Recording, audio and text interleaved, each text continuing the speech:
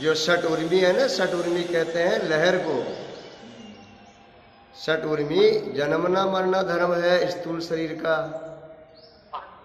और भूख और प्यास धर्म है प्राण का, सुख और दुख है धर्म मन का। सुख और दुख जो है इसको वेदांत की भाषा में संकल्प विकल्प कहते हैं। ये धर्म जो है मन का है।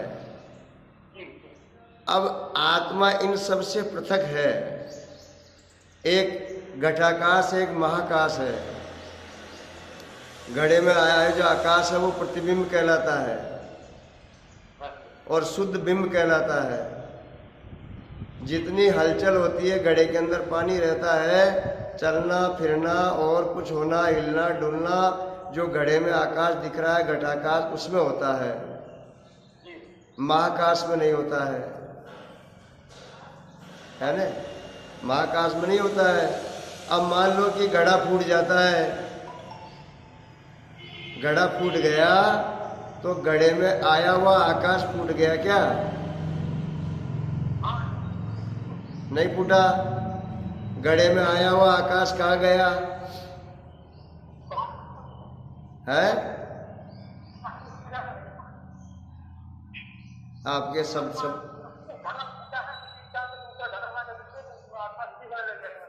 हाँ, तो घड़ा फूटा पर क्या आकाश फूट गया क्या?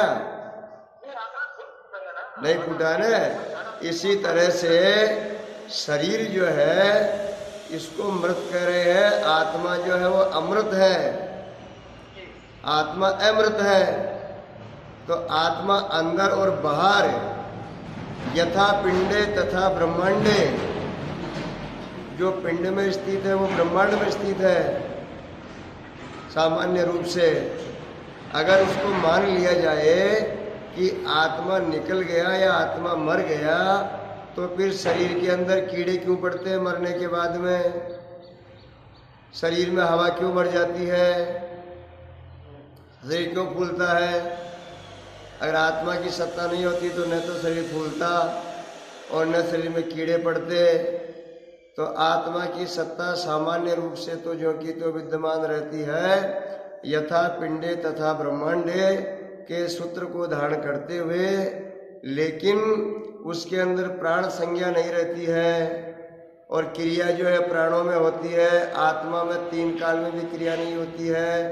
आत्मा केवल मात्र सत्ता मात्र होता है, अक्रिय है। जिस प्रकार से पंखे में क्रिया होती है, फ्रिज में क्रिया होती है, हीटर में क्रिया होती है, बिजली में क्रिया होती है क्या?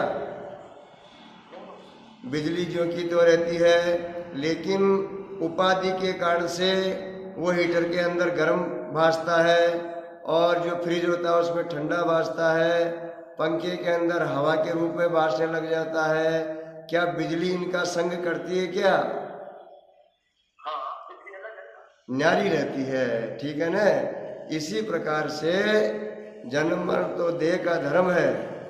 ये स्थूल उपाधि कर्ता भोक्ता चिदाभास की आफत उसके लगा दी है, और जो शेष में जो रहता है वो ब्रह्म अनावर्त रूप से, वो आत्मा अनावर्त रूप से अंदर बाहर, चाहे शरीर है चाहे नहीं है, चाहे कण है चाहे नहीं है, उसकी सत्ता जो की त्यों रहती है। जैसे एक चुंबक होती है, एक लोहा होता है, चुंबक की सत्ता रहती है। चुंबक जो है अक्रिय रूप से भी सदा चेतन रूप से रहती है। लोहे के अंदर हलचल होती है, वो किसकी सत्ता से? चुंबक की सत्ता से, ठीक है ना। ऐसे ही आत्मा जो है मृत देह के अंदर भी जो कि त्यों विद्यमान रहती है, अंदर बाहर से, सामान्य रूप से, विशेष रूप से प्राणों का अवगान होता है और सूक्ष्म शरीर का अवगान होता है, आत्मा का न तो अवगान होता है। अगर ऐसा मान लिया जाएगा तो फिर आत्मा में दोष पैदा हो जाएगा, आत्मा जन्मने मरने वाला, आने जाने वाला सिद्ध हो जाएगा, सारा सिद्धांत का खंडन हो जाएगा।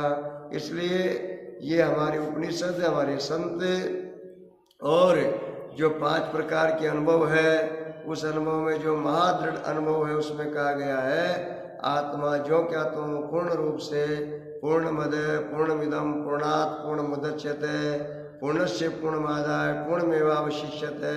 अर्थात शून्य काल में भी अशून्य काल में भी अंदर भी बाहर भी घटाकाश महाकाश की तरह आत्मा जो का त्यों परिपूर्ण रहता है। बोलो सच्चिदानंद भगवान की जय। संत बेलूबाई जी आश्रम कार्तिक मास 33 जोड़ी जिमाए गए।